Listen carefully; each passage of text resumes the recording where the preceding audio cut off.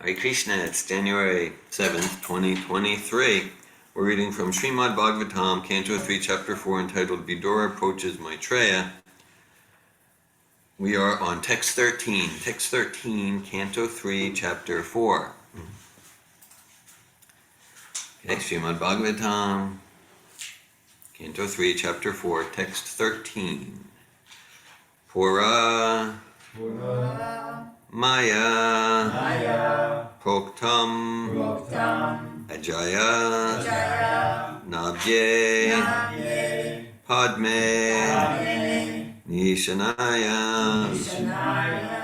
Mama Adisarge Gyanam Param Matmahima Avabasam Yat Suraya Bhagavatam Vadanti Puramaya Proktamajaya Nabye Padme Nishanaya Mamadi Sarge Ganam Paraman Mahima Babasam Yatsurayo Bhagavatam Vadanti Puramaya Proktamajaya Nabye Padme Nishanaya Mamadi Sage Yanam Paraman Mahima Vabasam Yatsurayo Bhagavatam Vadanti Puramaya Proktamajaya Nabye Padme Nishanaya Mamadi Sarge Yanam Paraman Mahima Babasam Yatsurayo Bhagavatam Vadanti Puramaya Proktamajaya Nabye Puramaya Proktamajaya Nabye Padme Nishanaya Mamadi Sarge Padme Nishanaya Mamadi Sarge Jnanam Paraman Mahima Babasam Yatsurayo Bhagavatam Vadanti Yatsurayo Bhagavatam Vadanti Puramaya Proktamajaya Nabye Puramaya Proktamajaya Nabye Padme Nishanaya Mamadi Sarge Padme Nishanaya Mamadi Sarge Jnanam Paramahima Vabasam Janam Paraman Mahima Babasam Yatsurayo Bhagavatam Vadanti Yatsurayo Bhagavatam Vadanti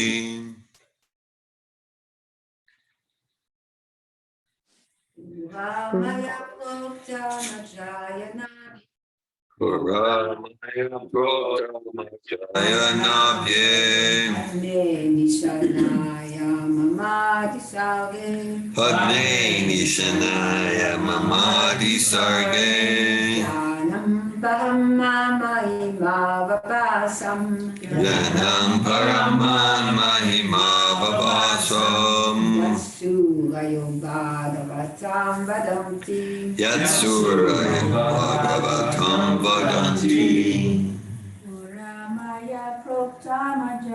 Nabye Puramaya Proktamajaya Nabye Padme Nishanaya Mamadi Sarge Padme Nishanaya Mamadi Sarge Jnanam Paraman Mahima Babasam Janam Paraman Mahima Babasam Yatsurayo Bhagavatam Vadanti Yatsurayo Bhagavatam Vadanti.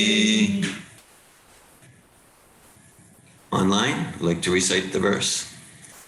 Puramaya Proktamajaya Nabye Puramaya Proktamajaya Nabye Padme Nishanaya Mamadi Sarge Padme Nishanaya Mamadi Sarge.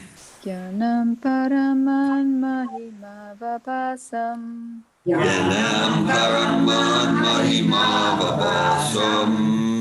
Yatsurayo Bhagavatam Vadanti Yasurayo Bhagavatam Vadanti.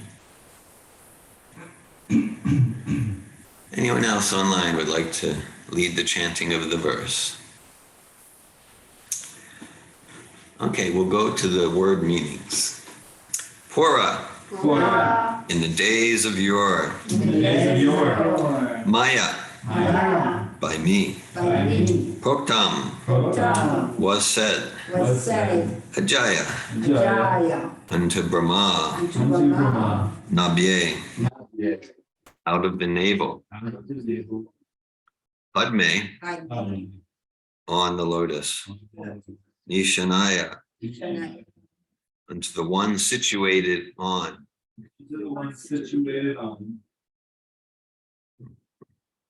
Mama, my. Adi Sarge, in the beginning of creation. Jnana, knowledge. Para, sublime.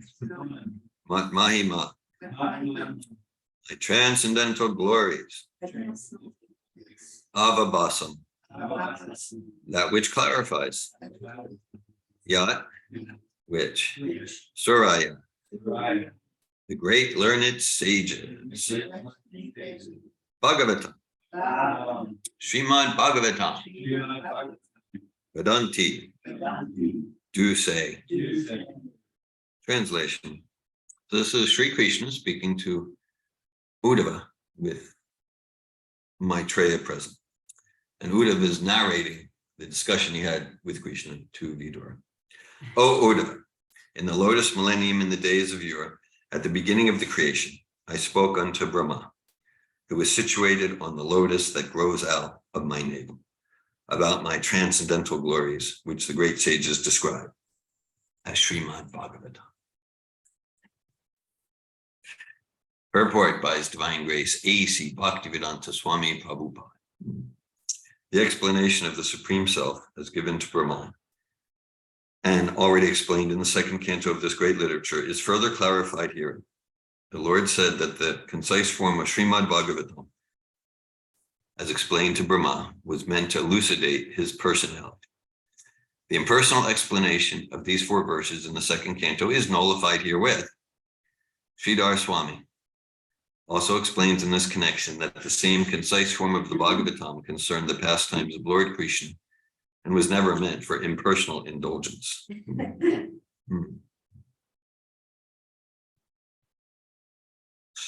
Om Jnanatimirandasya Jnananjana Shalakaya Chakshurunmilitam Yena Tasmai Shri Gurave Namaha Shri Chaitanya Manobishtam Stapitam Yena Bhutale Svayambhupa Kadamayam Darati Svapadantikam Vandeham Shri Guru Shri Uttapadakamalam Shri Gurun Vaishnavam Scha Shri Rupam Sagrajatam Saganaragnatam Vitam Tam Sajivam Sadvaitam Savadutam Parijana Sahitan Krishna Chaitanya Devam Shri Radha Krishna Padan Sagana Lalita Shri Vishakan Vitamscha Hey Krishna Karuna Sindhu Dina Bandhu Jagatpate Gopisha Gopika Kanta Radhakanta Namostute Tapta Kanchana Gaurange Radhe Vrindavaneshwari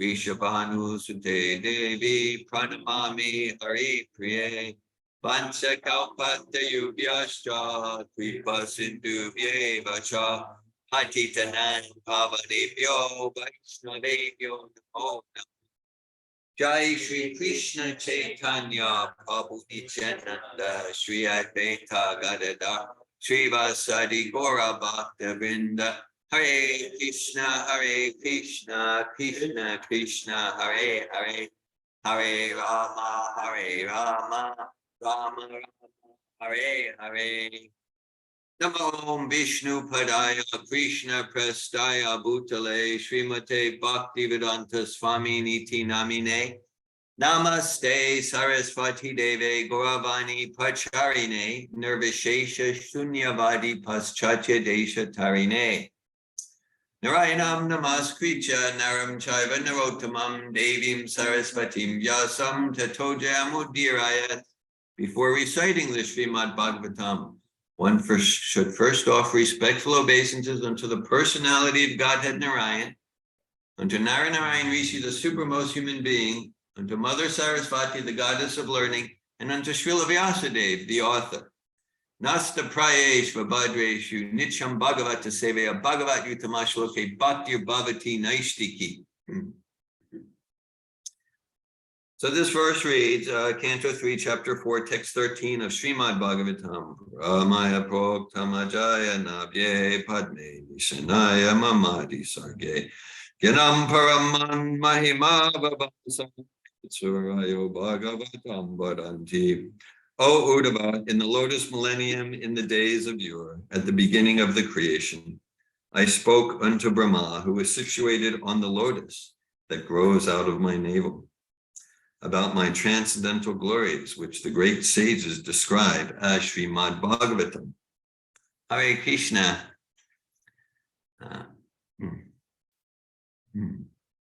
So I'm here with Malini Damayanti Prampara and Bhakta Devin here online. There's Anandini and Anasuya and Bhakta Tyler, Rohini, Lakshmi Priya, Bhakta George, Payal, and Gajendra Prabhu. Hare Krishna. Glad to be in the association of everyone. So this is one of the many verses in the Bhagavatam that celebrates the Bhagavatam. So, just in the spirit of truth in advertising, this class will be like an infomercial for Srimad Bhagavatam. It's essentially just in case, as we go into it, it's like, this sounds like an infomercial for Srimad Bhagavatam. So we're saying up front, that's what we're doing here. Okay. This is one, just before we recite it here. Nasta Prayesha Bhajatu Nityam Bhagavata Sevya Bhagavatu Tamashloke Bhakti Bhavati Naistiki, by regular attendance in classes on the Srimad Bhagavatam and by serving the pure devotee representative of Bhagavatam. All that is troublesome to the heart is practically completely destroyed, and loving transcendental service to the Supreme Personality of Godhead, who is praised by the choicest Vedic verses, is irrevocably established in the heart. Okay, all right. So, in yesterday's class given by Malini, and so really it was a lot. It's a lot about the verse and purport, and a theme of Malini's class was like experience our experience, and then there's that which is transcendental, that which is beyond our experience. But Prabhupada talks about experience twice in the short purport. Okay, so So we experience our experience. So that's conscious living. And then we may have noticed our experience is not complete and perfect. It tends to be limited. We tend to interpret it in cheating ways. We tend to be an illusion, basically. So this is directly what but say we experience the sun. Okay. Oh, the sun is out. Oh, the sun's behind clouds. Okay. Right now the sun's covered. Well, that's my experience, right? But actually the sun's not covered by the clouds, right? The clouds are puny, teeny. Right? But my experience, my vision is covered. So I'm not seeing the sun, but the sun is there, even apart from clouds. Say if it's at night, the sun is gone.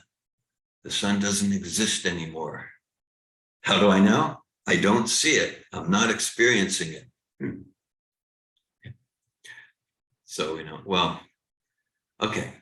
So, and that's true. We don't experience it, but that's it. That's it. You gave the frog in the well analogy. Frog in the well, right? So, my teensy well. so whether it's an adult or we can take a child, like a 2-year-old child, what is the sun? The sun. It's a circle in the sky. It's a yellow circle about 3 inches. Well, yeah, that's your experience. That's your sensory experience. Or at night, the sun no longer exists. But but we hear from authorities we trust about that which is beyond our sense perception. Okay, so no, we know from science it's not a circle 3 inches. It's actually 1.4 million times the volume of Earth, and like that. Or at night, no, right now, the sun it's high noon in the sky at somewhere, maybe in India or like that. Right? So we trust sources of authority that are more than just our material sense perception. All right, and then it gets into so then who do we trust? So we might trust modern science, or we might trust the internet, because none of us have ever had an experience of reading something on the internet that wasn't true. So we put our trust there. Okay. Sarcasm during Bhagavatam class. Okay. So, but then, then I guess like the question, the question. So for that which is beyond our, so even that which is in the purview of our senses, even that, right? Even that, our senses are limited. We see the sun as, so that's imperfect. But what to speak of which is beyond our tiny well, beyond our tiny well, the frog in the well. So, all right. So then okay. So then there's the Vedas. The Vedas are called Apurusheya. In the word Purusheya, we can see the English word person. Adipu, Govinda Adipusha, the original. So Purusheya means person. Apurusheya means, Prabhupada translates it as superhuman. So the Vedas are called Apurusheya because they're not, because even, again, if we look at other sources of authority, whether science or what we heard from our mom and dad, or what we see on the internet, well, it's subject to the defects of human sense. Okay. Mm-hmm. So, yeah, conditioned soul, material persons, so we got, tendency for mistakes and illusion and limitations and cheating. There we go. So it's an imperfect source, but the Vedas are Apurusheya. Okay. And so the Vedas are compiled, we could say written, but written indicates this is like a mundane sort of authorship. So we can say it's transpersonal authorship. The Vedas are revealed.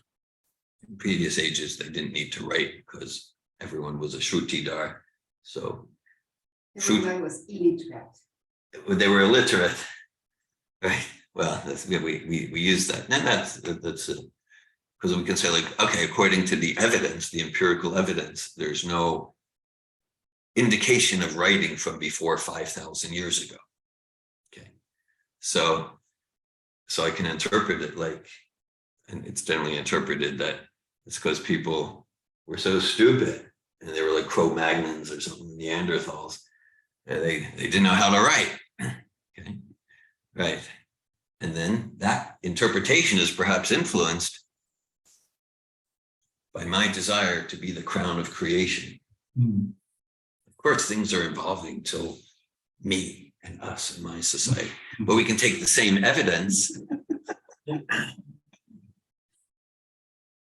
We can take the same evidence and say, what did the Vedas say about that? The Vedas say that evidence is because the people were they were living pure lives, and so their intelligence was clear, and so they heard things once and they remembered it for the rest of their life. So they didn't need pencils and keyboards and stuff. And it's not that there was no writing at all.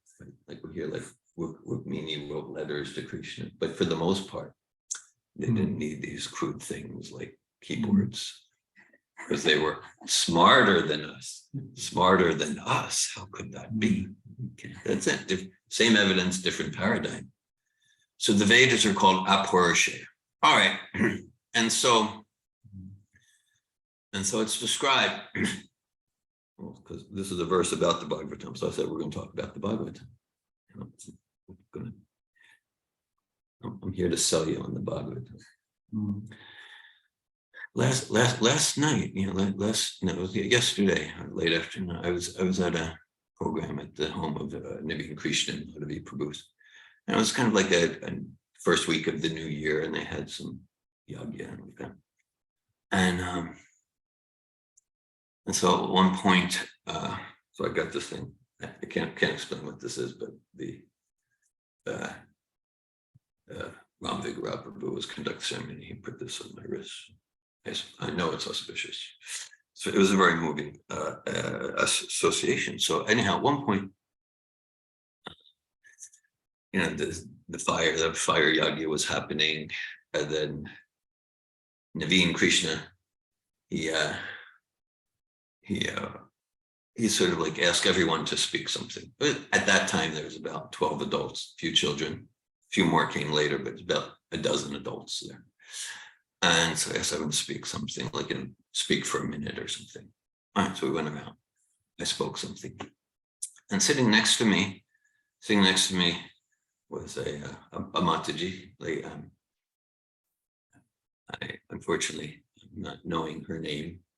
Over the years, I've seen her at programs. Maybe I'm going to suggest maybe a little old, maybe in her 60s, maybe 70s. I'm not knowing her name, but I've seen her. And so she was next to me. So after I spoke, then she spoke, and she started speaking about like, well,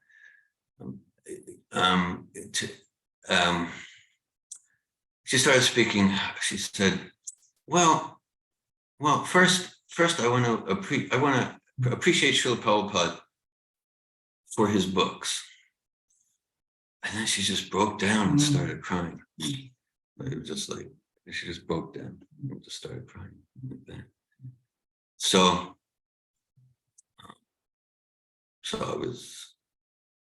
that's really inspiring association. Very inspiring association. He just started crying. You could see like how much soul felt to the core of her being. Appreciation she has for Srila Prabhupada through his books, and she's just like that. She started crying like that. Oh, so this is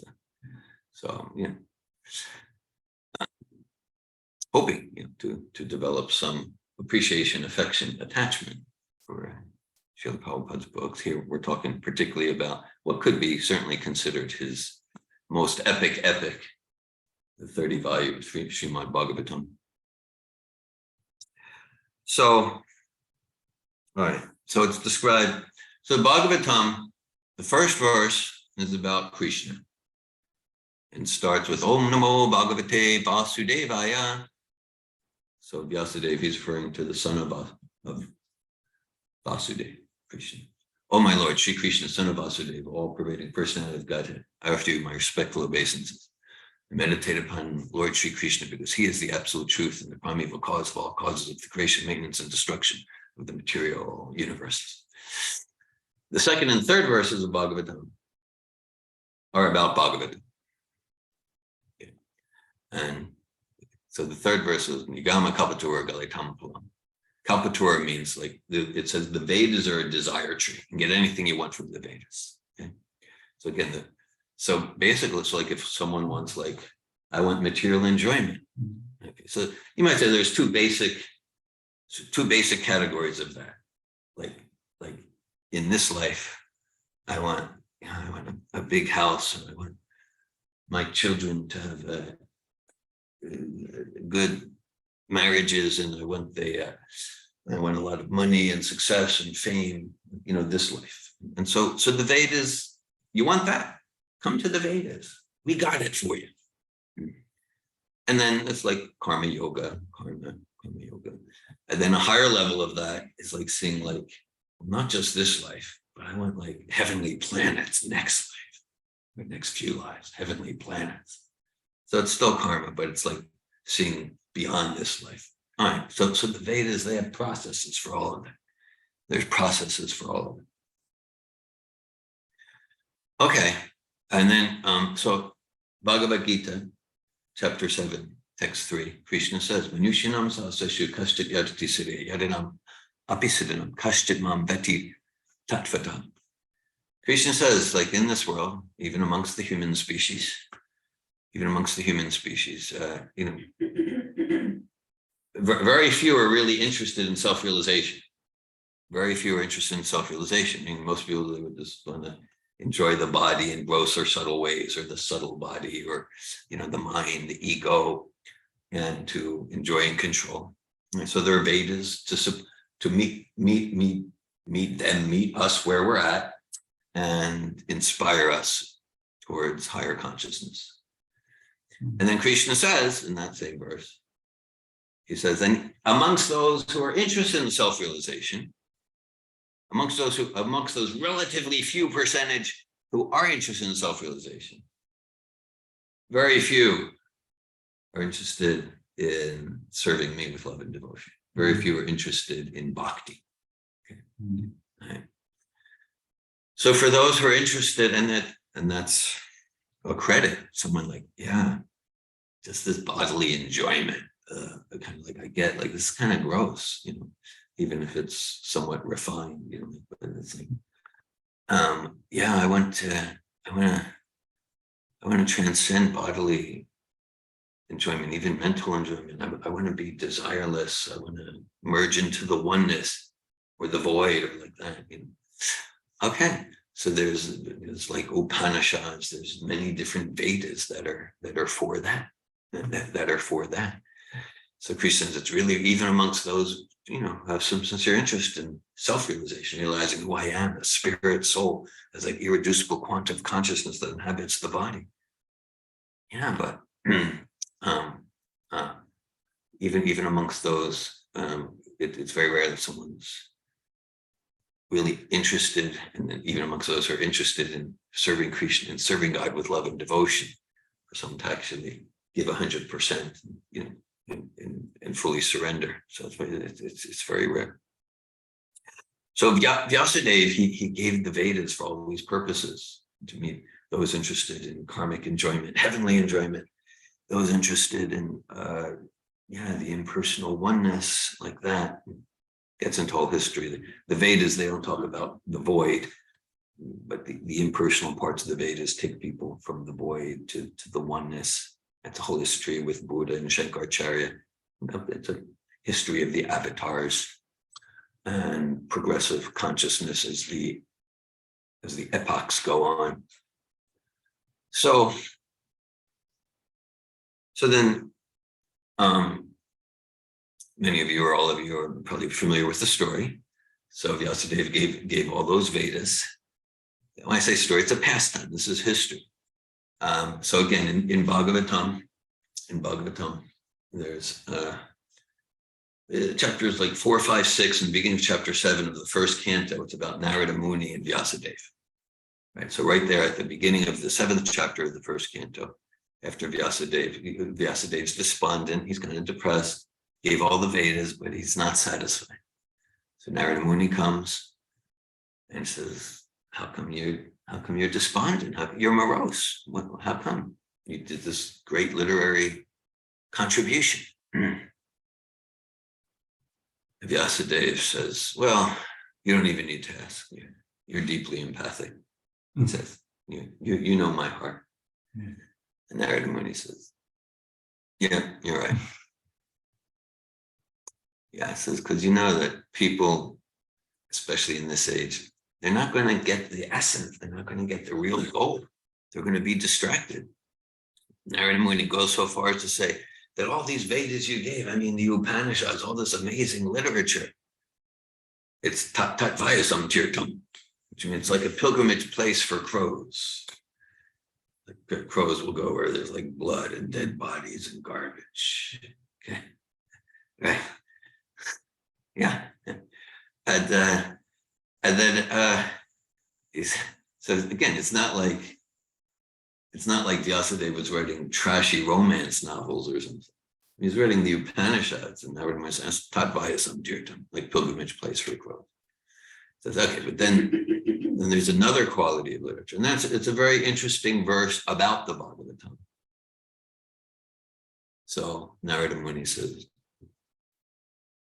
Tadbhag Visargo Janatava Biplavo Yasmin Pratishlaka Yabadavat Yapi Manyanantasya Yashonkitanya Trivantikayati Grinanti Sada. So it goes, okay, but then there's the swan-like literature. Like with swans, there could be a mixture of milk and water, and the swans can differentiate, and they'll get the milk from the mixture. So swans, they're in very nice places, very nice parks, opposite of crows in the bird species. So Narada Muni describes that, like this Bhagavatam. And Narada Muni says this is meant to create a revolution in consciousness in the impious lives of the people of Kali Yuga. Now, this may be some conjecture here, but I think it's a permissible conjecture to go. Narada Muni is predicting Srila Prabhupada. If we look at his history, so it's the term Viplavo means revolution. So we look at history. I mean, whatever devotees in some villages in India have appreciated Bhagavatam all along, for sure. As far as a worldwide revolution in consciousness, we don't really see that from the Bhagavatam. We don't really see that. And that's what Narada Muni is talking about, a worldwide revolution in consciousness, speaking 5,000 years ago. Until Srila Prabhupada came, he gives the Bhagavatam. So like we could say the Bhagavatam is predicting Bhaktivedanta Swami's Bhagavatam in English and Western languages. Because this is worldwide revolution. Because here we are in North Florida. Here we are in North Florida. And that's a revolution. Like whatever, where like say 60 years ago in the early 60s, the Bhagavatam would be discussed widely in North Florida, in Europe, in New Zealand, in Russia, and it is. Didn't Prabhupada describe Gainesville as like a far corner of the earth? This remote corner of the earth, yes. Yeah. Can you believe Prabhupada described Gainesville? Remote corner. Yeah, particularly, it's the only place that I'm aware of where I use that term. He's on We're in the center. It's home of the Gators, yeah. You would think, People know. Yeah. So Prabhupada was like, Prabhupada was he was in New York, and the leaders in Gainesville, who I'm assuming was Amarendra, the father of Param, I'm assuming, convinced Prabhupada, you need to visit Gainesville. So Prabhupada came here for a few days, and he got here, spoke on the he gave many talks in his few days here. And I think the original talk that when he first got off the plane was at the Plaza of the Americas, and he referred to this as this remote corner of the earth, devastating for the ego. Yes, so we can say Narada Muni is predicting Bhaktivedanta Swami in his Bhagavatam. So Vyasadeva, you could see people aren't going to get the point. So after having the conversation with Narada Muni, then Vyasadeva, he's at a place called Samyapras. It's described in the Bhagavatam. There's berry trees, just like this picturesque, beautiful place. And Vyasadeva goes into a trance of bhakti. Bhakti yogina manasi samyak prani hite malek. Apasha pusham purnam mayam chayat apashvayat. So he goes into a trance of bhakti, and he sees the absolute truth. And the absolute truth is Sri Krishna, the personality of Godhead. It means the absolute truth is not me. It's not the jiva souls. The absolute truth is not the great oneness. On the back of Krishna, there's the external energy, the energy of Maya. And so Krishna, so he sees Sri Krishna, the personality of Godhead. And then I just see it's like, okay, and then the living entities, that's us, that we're confused, we're illusioned, and we're suffering because we identify the self with the material energy. Yaya Samohito Jiva Atmanam Trigunatmakam Paropimanate Nartam Takritam Chapipadyate. So the living entities are suffering because they're misidentifying the spiritual self with the material body. Okay, and then it goes, anartopasam. So that's anarta means that which is superfluous to the self. We sometimes say the weeds in the heart, or the dirt covering the diamond. So many analogies, but anarta means that which is not core to the self.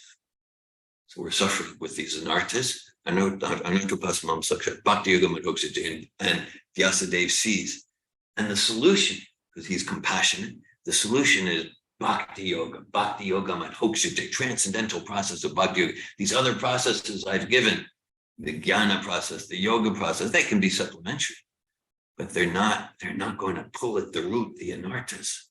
Because even if we clip the weeds, the root's not pulled, the weeds will still grow, but bhakti will pull at the weeds.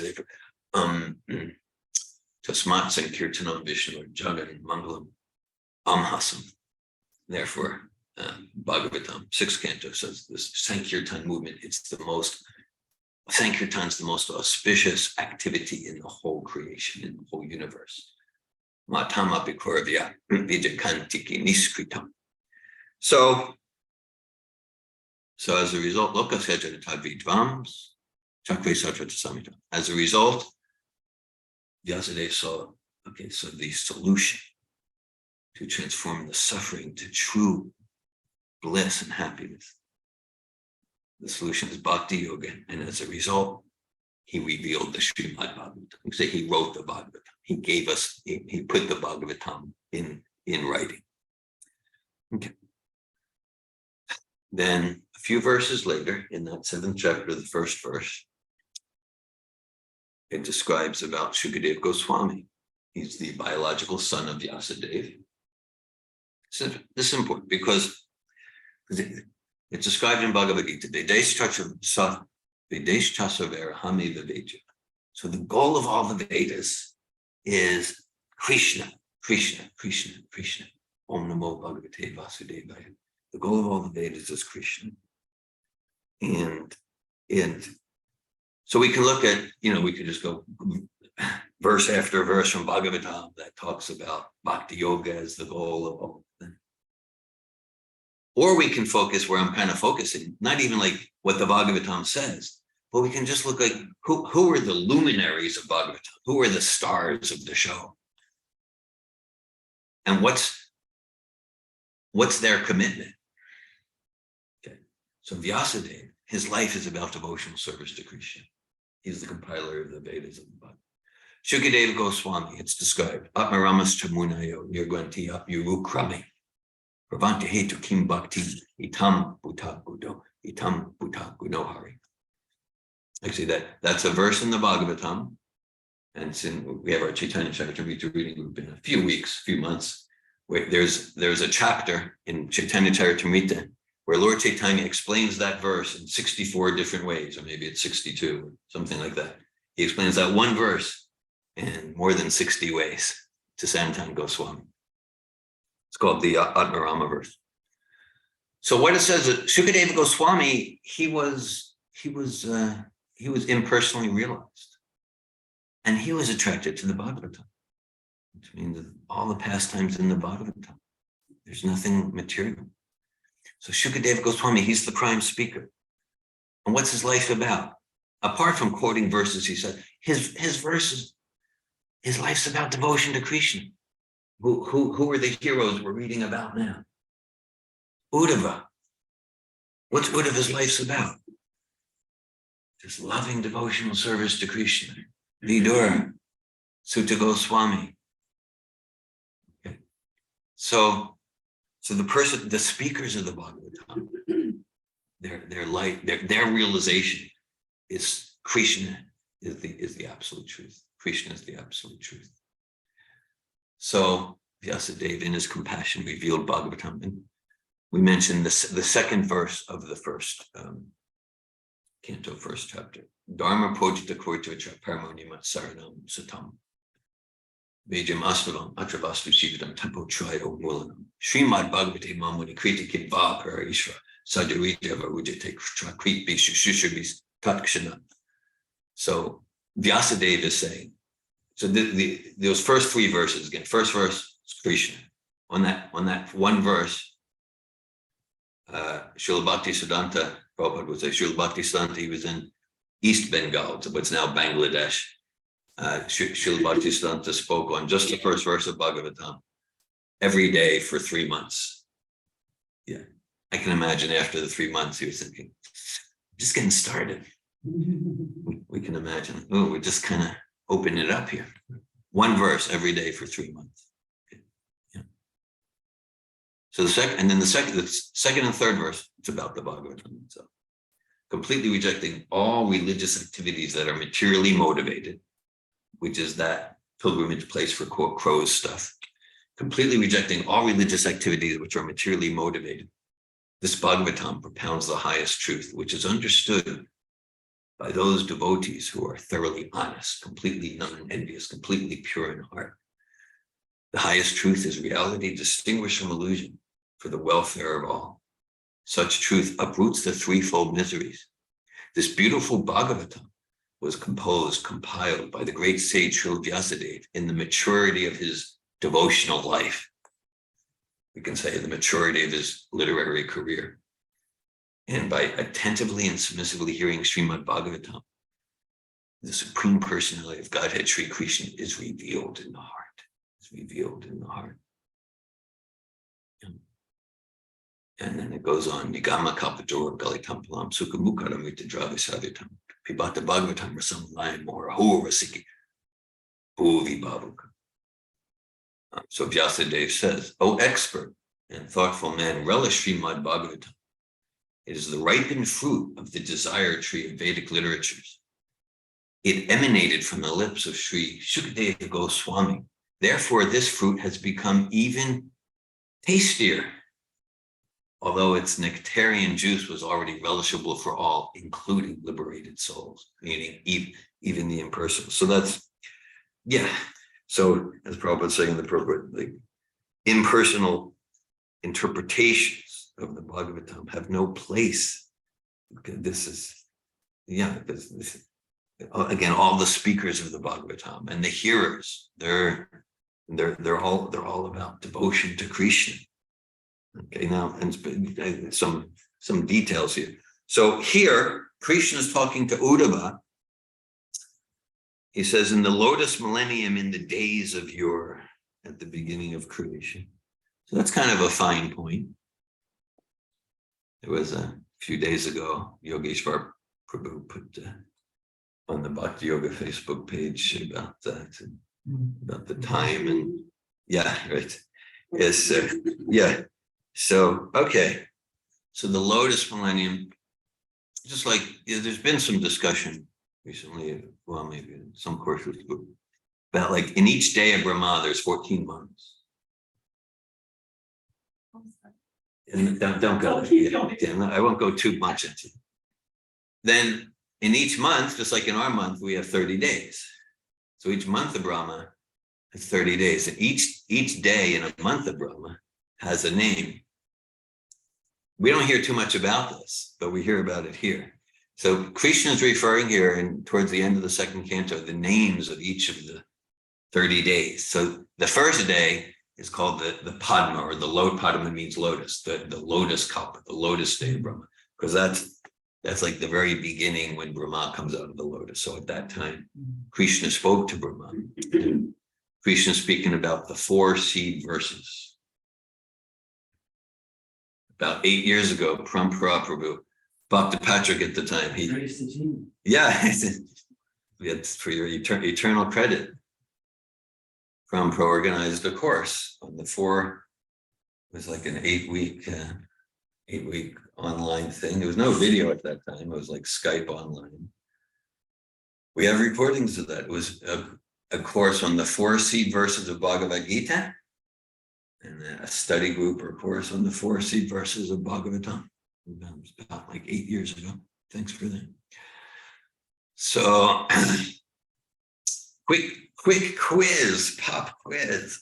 Where in the Bhagavatam are the 4 seed verses of Bhagavatam given?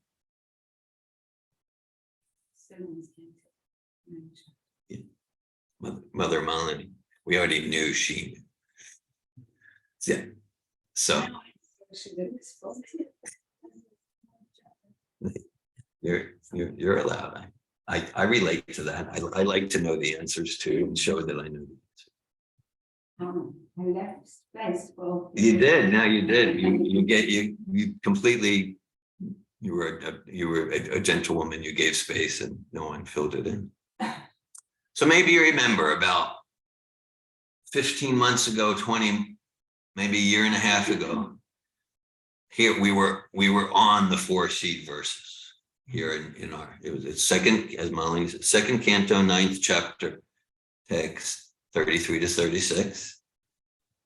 In one sense, there's 6 seed verses because there's 2 introductory verses also spoken by Krishna and Brahma. So it's like 31 to 36. And like one of those verses, 36 is like a 14-page purport. So we spent a few days on it. So it was somewhere in 2021. So Krishna spoke, and then the Bhagavatam is an expansion of that. It's the 18,000 verses are an expansion of those 4 seed verses. And we could call the Bhagavatam, it's a partial biography of the Supreme Personality of Godhead. 30 volumes. There could be a 300 volume Bhagavatam. There could be a 3,000, like that. So, okay. So that was my infomercial on Bhagavatam. Encouraging us, just like this Mataji I was sitting next to yesterday. She was because she's just, Srila Prabhupada, he would like regularly rise at 1 a.m. wherever he is in the world to give us the Bhagavatam. So it's just like, I feel happy to say more and more, I feel like reading Prabhupada's books. But it kind of like whether we feel like it or not, it's a way to it's a way to show our gratitude, to attempt to repay our unrepayable debt to Srila Prabhupada, to just commit to read Bhagavatam.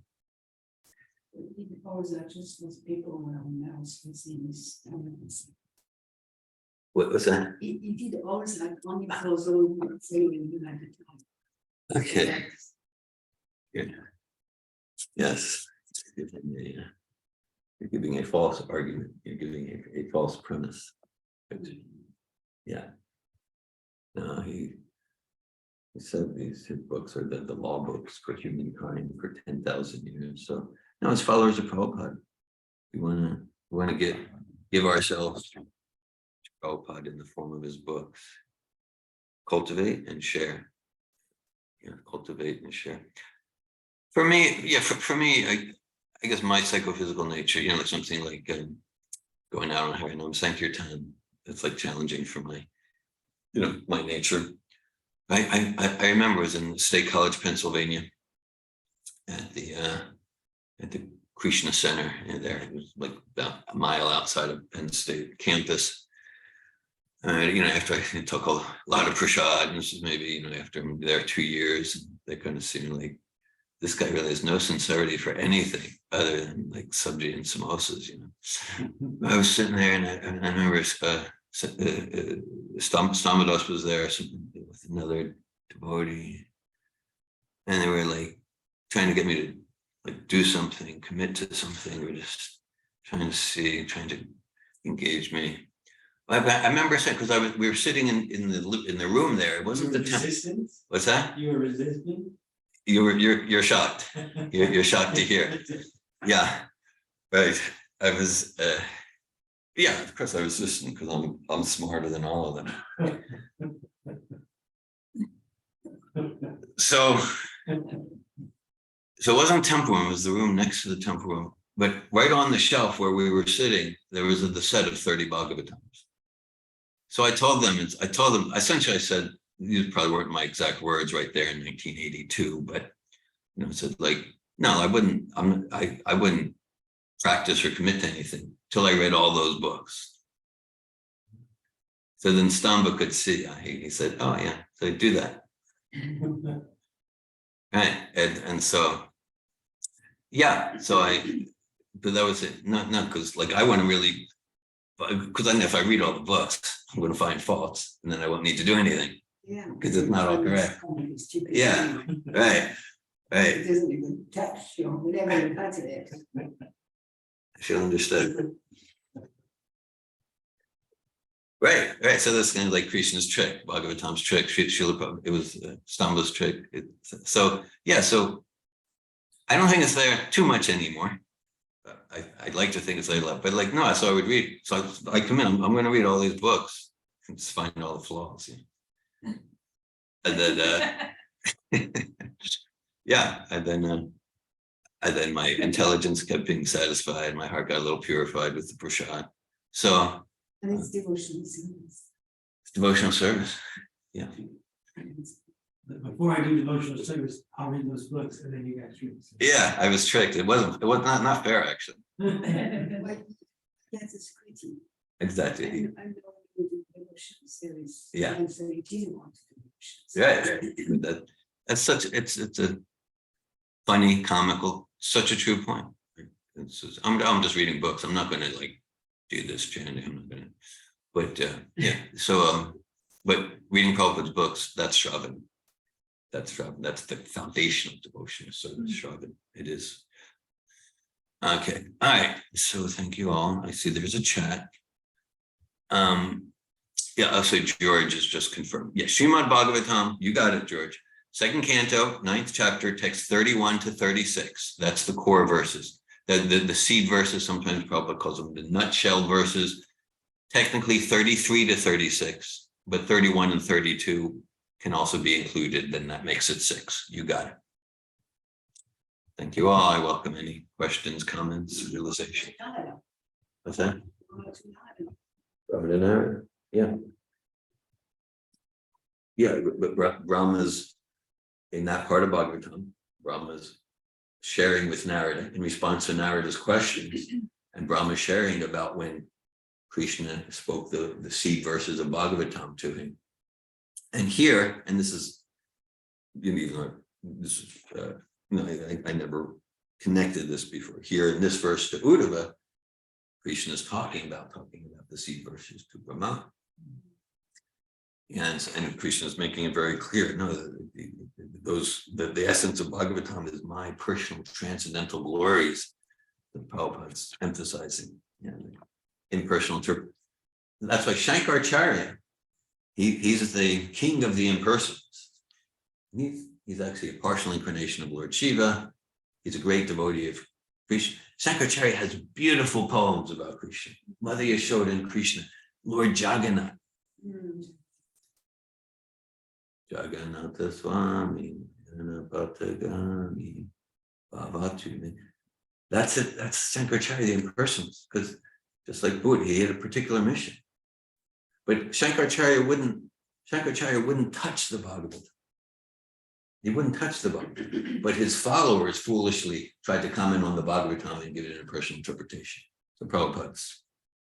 And Prabhupada mentions Sridhar Swami, Sridhar Swami is like the original commentator on Bhagavatam. I don't know so much about all the commentations, but when Prabhupada would translate and purport Bhagavatam, he had like 7 or 10 of the Vaishnava commentaries in Sanskrit. Okay, that's what he brought on the Jaladuta. That was his great fortune. That was his wealth. He had no money, but he had all these like that. Oftentimes in lectures, Prabhupada will quote extensively from Sridhar Swami's commentary.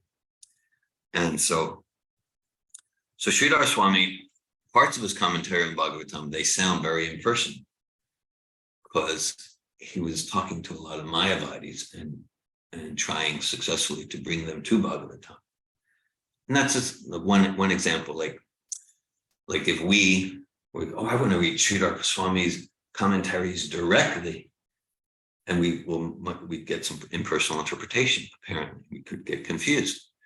It's like that.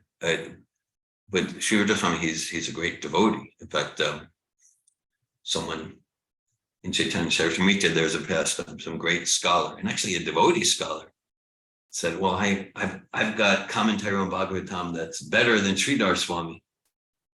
And Lord Chaitanya called him a prostitute. So it's because like Swami means like husband, and like if you don't follow Sridhar Swami, then you're like a prostitute, like that. And so anyhow, the point I'm making here is there's previous acharyas and there are acharyas, and we get everything we need to know from them through Srila Prabhupada. We get everything we need to know. And if we jump over Srila Prabhupada, then we're liable to set ourselves up for confusion, because those previous acharyas, they're not speaking to us. Now, related to Malani's comment earlier, so there's many, they'll say Prabhupada is a Purva Acharya. Prabhupada's a previous Acharya, like that. So, as I emphasized many times, no, because no one who connects with Prabhupada's movement, there's no such thing of, you're reading Prabhupada's books too much. You shouldn't read them because they're not for you. Right. No, that's what I mean. Prabhupada's our current link. That's why we make that distinction, right? Like my role to be, to use terminology, Prabhupada should be Siksha Guru, Siksha Guru, Diksha Guru. To be Siksha Guru is not like to try to be someone's link to Prabhupada, but rather to support someone to directly link with Prabhupada as their current link to the Prabhupada, which means, See, whereas like, okay, I mean, my recommendation is like, before going like to any books from previous acharyas, and I'm serious about this, read all of Prabhupada's books at least 3 times. That's really my stance. But anyhow, if someone goes to read any other Vaishnava literature, first of all, let's make sure the literature is bona fide. But even if it's bona fide, like Sridhar Swami is bona fide, but we'll get confused if we go there, probably. It's important if we go anywhere else, or even we go to any sort of literature, that we're receiving it, we're processing it through our current link, through the pure lenses of Srila Prabhupada, our current link to the Prabhupada. Otherwise, we'll get confused. We'll get deviated. But even if someone does read something else, like with Prabhupada as our current link, I know for myself, I went whatever I'm reading, and I read all sorts of stuff. Whatever I'm reading, I mean, some not Vaishnava at all. But like in my personal reading, like always reading Prabhupada's main books, like that. And so that just we're deeper and deeper and clearer on Prabhupada's Siddhanta, on Prabhupada's Siddhanta, so that whatever we go, whatever do, we see, whatever we hear, we're understanding through Srila Prabhupada. Right? It's so, but like if someone is like, well, no, I'm your link, or you have your spiritual master, so don't read Prabhupada's books too much. So that's like, and from my point of view, that's spiritual violence. Yeah, that's spiritual violence.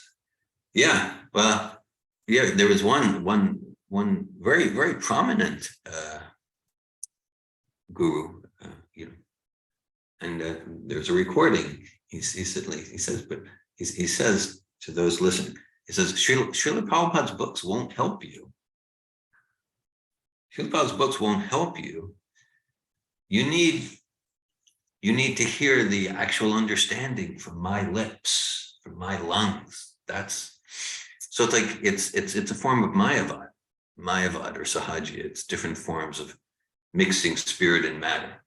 So like Srila Prabhupada's eternal Vani, Srila Prabhupada's books, Srila Prabhupada's recordings, the same personality also said, and of course it's never my service to guess what's in someone's heart. Maybe that person is enjoying Gulab with Krishna right now. I don't know. But he also said that the books won't help you, and you the transcendental knowledge is not going to flow through a tape. That was the tape. And again, you need, so the idea is like these material lips and this lung, that's what you need for spiritual knowledge. So it's confusing matter with spirit, and Prabhupada's Vani, the most potent force in the universe, think that's material, and that's material because, yes, yeah, okay. Hare Krishna. Damayanti. The class. I got inspired.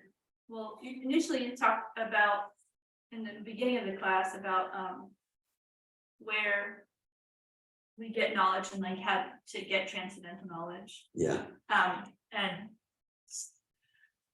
like one of my sort of arguments ongoing with my father is whether or not we have any access to full, complete, or transcendental knowledge, like enough to understand everything we're doing here and how, where we're going, where we came from, everything like that.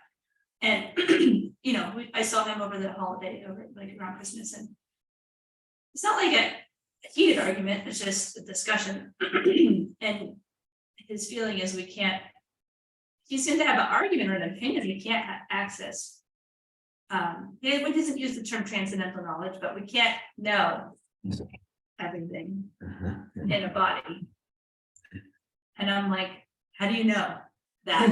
And how could the spirit not, I argue at some points. It's not like it's not heated or it's not like conflict. It's just discussion. It doesn't really make sense that spiritual knowledge could be inhibited by being in a body. Like it can come to souls who are sincere and ready to receive, and they surrender, or they have to, be sincerely seeking, and I believe the knowledge can come, that there's access points, and just logically, it just doesn't make sense to that you can't access spiritual knowledge. And through the class, I was thinking about him, and I was like, I want to give him Srimad Bhagavatam. And I thought, let's fundraise. You guys help me out. And I'll bring him that red set, so pretty. He's turning 80 in April. Oh, that's a great gift. Of course, I don't want to wait, I don't know, he's elderly. And I thought about my presentation to him, because, we have a playful, I could say bold things to him and it be received. Like plunk, like here's what you've been wanting, or here's the act, I could say bold things because it's like he's new age and we have a playful relationship, like here's all you need to know about where we came from, where we're going, the purpose of life, and how to return to the kingdom of God, or something sort of bold. And is that okay? An encyclopedia, spiritual. Is that okay? Like preach to the faithless, or like what's safe to say to someone? I mean, we distribute the books without them having anything, so it's okay to give a book. But what could I say to my father and give him the Srimad Bhagavatam? I feel excited. But it sounds like the infomercial was successful. Well, I'm definitely fully trusting you, Damayanti, as the expert in your relationship with your father. From what you described, in that playful way, you can be bold and edgy. And that's not the offense of preaching to the faithless. Offense of preaching to the faithless, like let's say if someone is like, oh no, I'm not interested or something. And then we go, no, you should take this Bhagavad Gita or you'll burn in hell, you karmic demon. I mean, I'm being a little extreme, but then we do it in such a way where they go like, you guys are like the worst people I ever met. And you say you're spiritual, and they're kind of right. They're kind of, you guys are the most arrogant, obnoxious people I ever met. And the book must be terrible if you're representing it. So because of my immaturity, because of my insecurity, presenting things in such a way that maybe people will just like rip up the book. It sounds like the way you describe it, your father, he might say, well, I'm not going to read all that, but okay, well, thank He read you. the Bhagavad He read the Gita. Gita. He's a sincere soul. The 18 chapters and had a few comments from it, but. And conclusion, you cannot know the truth. And his conclusion is that you cannot know. He didn't capture that in that book, like, from that book, but yeah, anyway. And I'll commend you. I like, because he said, no, in the body we can't this or that. So he said, how do you know? And where does that knowledge come from? Where does that knowledge come from? Yeah. So yeah, I'm excited that you're excited to give your father Bhagavatam. The only question seems like, do it this week or wait till April? That seems to be the only question. I have a second comment. It's just an observation that I love Prabhupada. I want to serve his mission. I like her and I'm like distributing books. And I do have resistance to reading the books. I'm really touched by the story of the woman. Like I desire to have that feeling about Prabhupada's books. Yeah. And I also appreciate that you're a primary mentor of mine. And you're naturally inclined to reading, and so you're promoting something like it's genuine for you that you are inclined towards reading and study, and that you've really read, you're really teaching through example. And so that's strong influence for me, and I appreciate that. And yeah, it actually isn't a strong point of mine in the different options of devotional service is sitting and reading. And I mean, I've shared that before, and I can explore that more. But I just want to express that, like, I'm happy to share the books, and I've had challenge with personal practice, chanting and reading. Yeah. It's like resistance, and but I have faith in it, and it's what I want, even though I am challenged. It still makes sense. It makes complete sense, and I have faith that that's the direction to go, and I do it, but it's just a challenge. Yeah, It's like feel like a stretch, feel like I'm a sturdy for you. Whereas like you don't just go, you organize, let's go out, Hare Krishna, dance in the street, Hare Krishna. And that's so for you it's kind of natural. For me, that's less natural.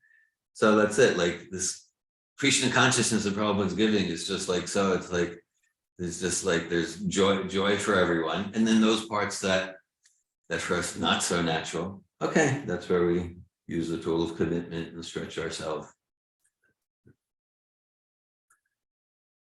Thank you, Damayanti. There is verses and places where Srila Prabhupada said just offering gifting a Bhagavatam is auspicious for the giver, and it's auspicious for the receiver, and that's also a deity. Yeah. So even if you never read the book, Completely true. Yeah. There's verses in the Bhagavatam about the auspiciousness of giving Bhagavatam as a gift. And I know in Israel, we never had deity. We would have, picture of the Parampara, I'm sure Prabhupada, picture of Panchatattva. And the deities were that we had the books in Hebrew, Arabic in the later. We had the books in Hebrew. They were our deities. They were our deities. And many people I know, especially in the Arab villages, they didn't even speak the Hebrew, but they just wanted the books in their house. And they knew that their grandchildren will speak Hebrew and like that. So it's just pious people can feel like this is a special godly energy. So having the books in your house, it serves purifying. People raise their hand and put them down. yes, it is. Who did?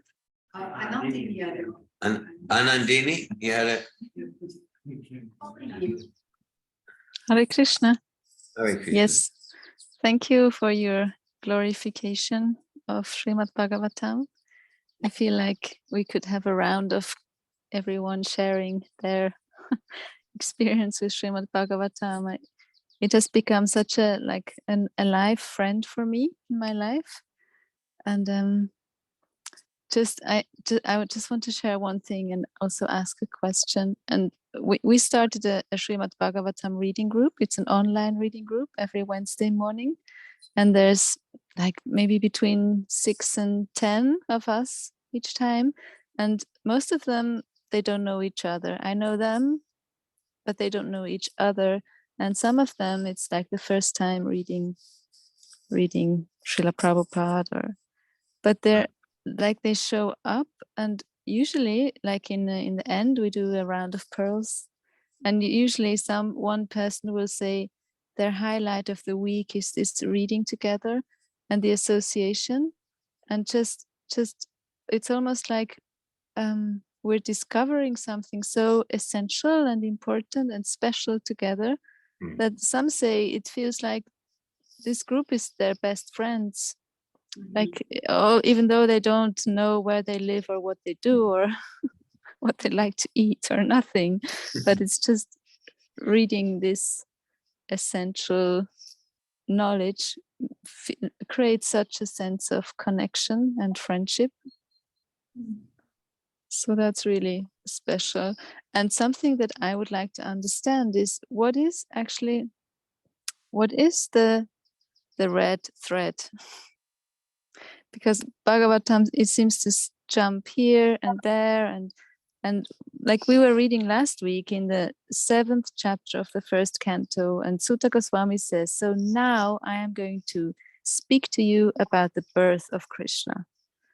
And then he speaks about Parikshit, and the birth of Krishna doesn't come until the 10th canto.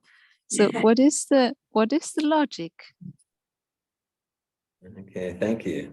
I'm very inspired by your German or Swiss German Bhagavatam reading group. It's just so enthusing.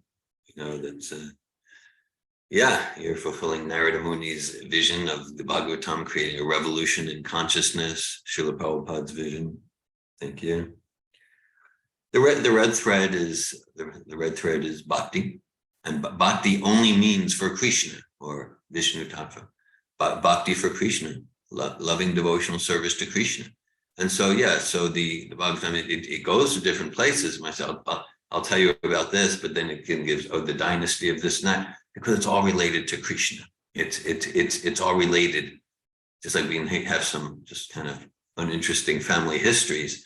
But if the family histories relate to, this is the dynasty where Krishna and Balaram appeared, and that's why all the tangents, they relate all before the 10th canto, those 9 cantos before, and about creation and liberation and about the material elements, and it's all leading up to and intertwined. It's giving us bhakti and just creating a foundation in our consciousness for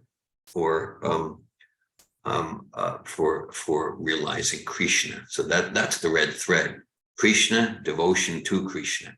Now, how particular parts, how they connect with that red thread, okay, that gets into different discussions. But basically, they're in the 7th chapter of the 1st canto. The beginning of that chapter is Vyasadev's realization that Krishna is the substratum of all existence, and devotional service to Krishna is the ultimate source of joy for all living entities. That's compassion. Then the chapter goes on and talks about after the battle of Kurukshetra and Ashvatthama killing the 5 sons, and Arjuna's talk with Krishna about bringing out the Brahmastra. So it's all related to Krishna, sometimes more directly, sometimes to give us, and that's the thing, because like here in today, we heard about the 4 seed verses, but then it expands, and they're all related to that red thread of bhakti. And it seems that the way Srila Prabhupada explained it is also, of course, it's for the pure devotee, like Atma Rama, like so the pure devotee relish all parts of the Bhagavatam, not simply the 10th canto, but all parts of the Bhagavatam. And Srila Prabhupada also presented as a progression. And in my personal experience of reading through Bhagavatam, there is that progression of purification of the heart, culminating in 9 canto, where it's like, let's finish it, let's finish all the boxes and all the upadis and everything, like it's kind of boxing everything, or like breaking everything, and then the 10 cantos start. Yeah. And sometimes Prabhupada also described it as when we look at the deity of Krishna, you first start with the feet. The feet. Yeah. And then the first canto and the second canto are the feet. Yeah. And then you move up more and more to discover Krishna. But the humility of looking at the feet of Krishna is what's happening in the first canto and second canto. And the knowledge is given according to the progression of our own processes. And the 10th canto is Krishna's smiling face. Mm-hmm. Yes. Thanks for that. It so closely relates to the Bhagavatam as a deity. We start with the feet. Thank you. Thank you, Anandini. Bhaktin Kim. Hare Krishna. Thank you. I had two comments with Damayanti's comment. The first is real simple. Just I have a really hard time reading the books too, and it's amazing how on YouTube you can find everything. Audio books of almost everything of Prabhupada's. The Bhagavatam's on there. I don't know if the entire one, but pretty high into the cantos and Srimad but in the Bhagavad Gita, of course, and the Krishna book and on. And I find that really helps, so YouTube's amazing. I like that. So I want to mention that. And then the other comment she made, I just was so impressed that she can talk to her father like that, where they don't agree, but they can still have a loving, it sounds like loving conversation and relationship. And it's such a wonderful thing. And I just have to think about how, like, we're not supposed to be attached. And the problem a lot of times when we try to talk to people and there's disagreement and we can get riled and almost sick to our stomach sometimes when there's disagreement is because that attachment, such strong attachment to, no, this is right. I know this is right. And so it just goes back to that, what we know that we have to learn is detachment would make us such a better preacher, and obviously she has that when she's speaking. And a lot of it comes from confidence that you do believe in but it also just detachment more than anything else. It's really, I don't know, just really beautiful. It brings it back. And I also noticed with detachment, like it's easy when you're talking to strangers on the street to not be, to be detached, but when you're talking to people you love, it gets very hard, So anyway, that really touched me. It was beautiful. And that's what I had. Thank you. Thank you, Kim. Thanks for sharing those points and your appreciation for Damayanti and her relationship with her father and what she's doing in the vehicle of that relationship. Srimad Bhagavatam ki. Srila Prabhupada ki jai. Thank you all. Hare Krishna.